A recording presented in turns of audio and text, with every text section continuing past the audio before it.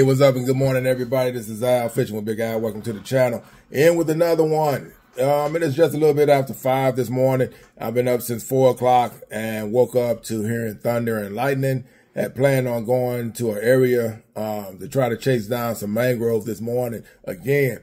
Got to tell you right now, the mangrove are winning. And I don't know if it's mangrove altogether. I think it's probably snook too, because yesterday I went down there and it was dark. Got down there between 5 and 6. Sun wasn't up yet. And I had some live mullet, and I had put that on the end of my flexible rod, which is my 8-footer. It's the Big Water by Ugly Stick. And I had it set up the first time I did a Carolina rig, where I just took the fluorocarbon 40-pound test, and I tied that off on the end with probably a 1/4 ounce slip weight, and I had that on top of a barrel swivel.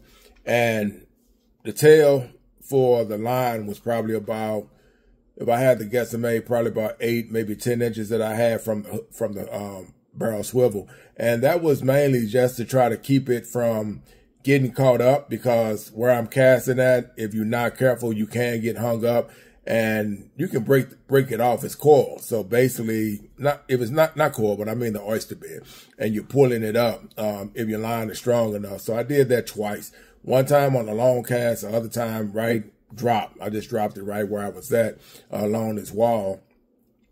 And lo and behold, something big came and grabbed it, and he pulled it and went under the platform that I was standing on. And when he did that, I tried to give him a little bit of leeway, and I tried to give him some, I tried to have the drag a little loose because I got a flexible rod. So I had the drag not too loose for him to run as strong as he wanted to. And I wish I would have had it even looser, because I think if I would have done that, I probably could have got him out. But he snapped it and it broke. So I missed that one. And then there was another one that ran me right around the corner of the oyster bed. So that is what took place. And I got stuck, so I couldn't get it out. I could feel him, but I'm trying to get the line out of there to get it from unjam. And whatever he did, he wedged the line between something. So I got it back out, but of course he was gone by that time. He got off the hook. He shook it out. And I was using treble hooks too. So I was using 3-way treble hook. And he still, the second one broke it. The first one did what he did. He got off. And those are my only 2 best hits. It seemed like once the sun came up, everything, the small pinfish start coming up. So they came out and they said, "Hey, what's going on, y'all? We at the party. Let's get it started." So basically they took over and nothing you could do. You put something on like a mullet, send it down, and you can just see it getting snip, snip, snip, snip. They just eating away at it. And I had to get out of there because that sun got hot too. We're talking about starting off at 87 degrees that morning. And by the time the sun really came up and there was nothing to block it, it was a no-brainer. We out of here. We gone. Because you can't fish, the sun is going to make you feel a certain way if you're not catching anything. So in my mind, I'm out of there, because if I'm fishing, the sun not bothering me. But if I'm not catching anything, then the sun is bothering me. I'm off concentration. I got to get out of here. So that's what we did. So I left. Me and my partner, we got up out of there about, we started, like I said, I got there before they did. So I started out between 5 and 6 and pretty much was out of there by 7, I believe. And it just got hot. So I said, we're gone. I had planned on going back down there this morning. And the plan was, I got a stiffer rod because, like I told, if anybody seen my short video, I made a short where I said I lost my rod and reel on Friday, one of them. So I had went up to Academy and I had replaced it with a Fierce 4 reel, and I had got another rod that's made by Penn. It's a little stiff, got some flexibility to it. It's not more flexible than the one I used yesterday. But my plan was to take that down, because if it's stiff, then I figure I got a better chance and opportunity to whatever it is that's around this area that I'm fishing that's grabbing it, and they're trying to grab and they try to run under. They come out, they get the bait, and then they try to run back under whatever they're doing. So this time I feel whatever it is, I can get them out of there. And if it's snook, then the party's on. If it's a snook, the party's on. We're gonna do some damage with him. So I would really like to feel that that's what it is, because if it's big mangrove, then I'm embarrassed. There's no way I should be getting broke off by the mangrove. Even though there's some big boys, we're talking about some 22s plus. And anybody know what a size 22 mangrove looks like? And if you can imagine what the strength is of a 15 to 17 inch, imagine what the power is of a 22. That's almost like catching a big red.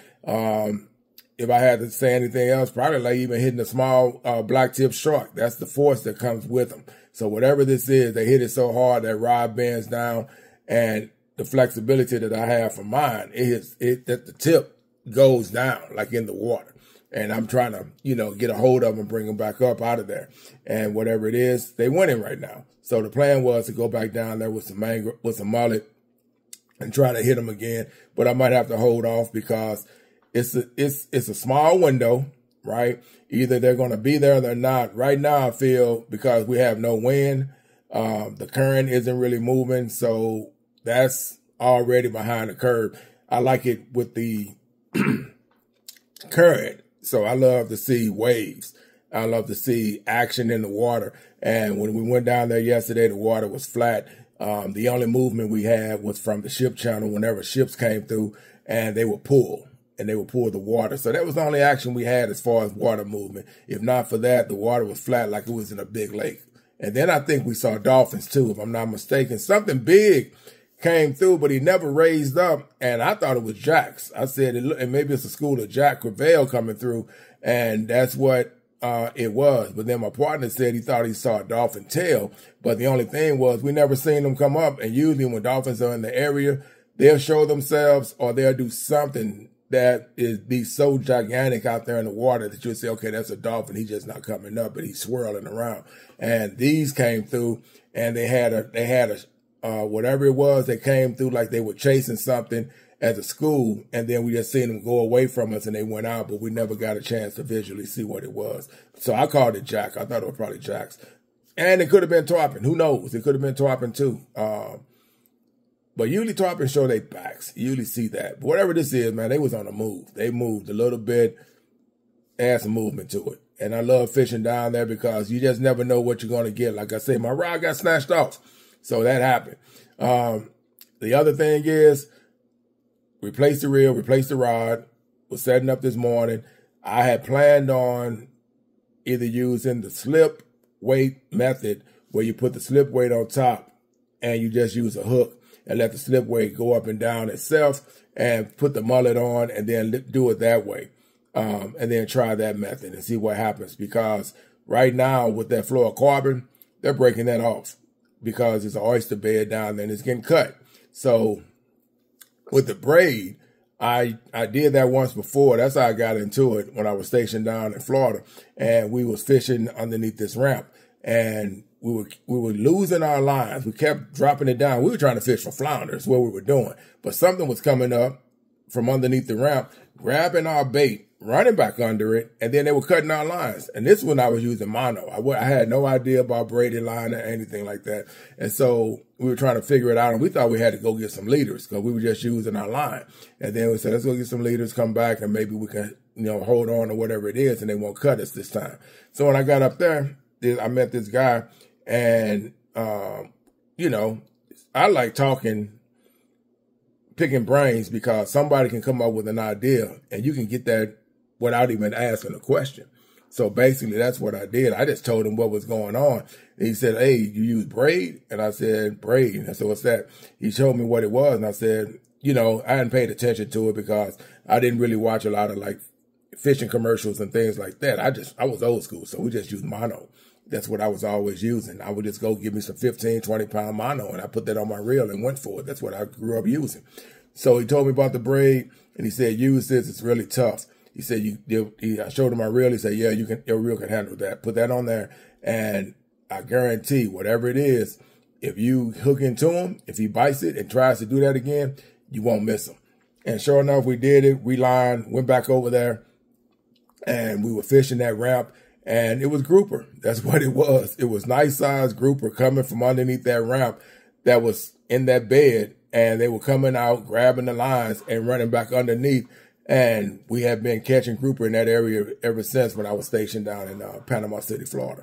And that is how I got into the grouper thing, as far as able to understand how to catch certain fish when it came to oyster beds. So same setup was going to be this morning, where I was just going to use my braid. I wasn't going to put the mono, I wasn't going to put the fluorocarbon on the end of it, because whatever it is, it's grabbing and it's cutting it. So I just figured we just go with the braid and then go for it. But of course, it is lightning right now. It's thundering, and you don't want to, like I said, you don't want to be on the end of that and be that story on the news saying some idiot was out there this morning trying to fish and he got struck by lightning. I said, lightning may not strike twice in the same place, but all it takes is once. And I don't want to be on the end of that. So, you know, after my wife cursed me out too, so because I was about to go. She cursed me out and changed my mind. So I said, okay, just hang out and chill out for a minute and see what the weather going to look like. But if it clears up, I might make it the evening session, go out there in the afternoon, check it out, and then go out there. But always, man, sometimes you got to listen to the queen. And when they say something, you just got to take it for what it is. Because I was ready to go. I mean, I jumped up at 3.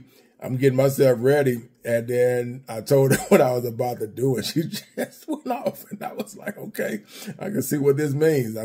You know, I understand where that's going. So I said I just come in the living room and chill out, and then maybe make it an evening session. So anyway, man, having a lot of fun.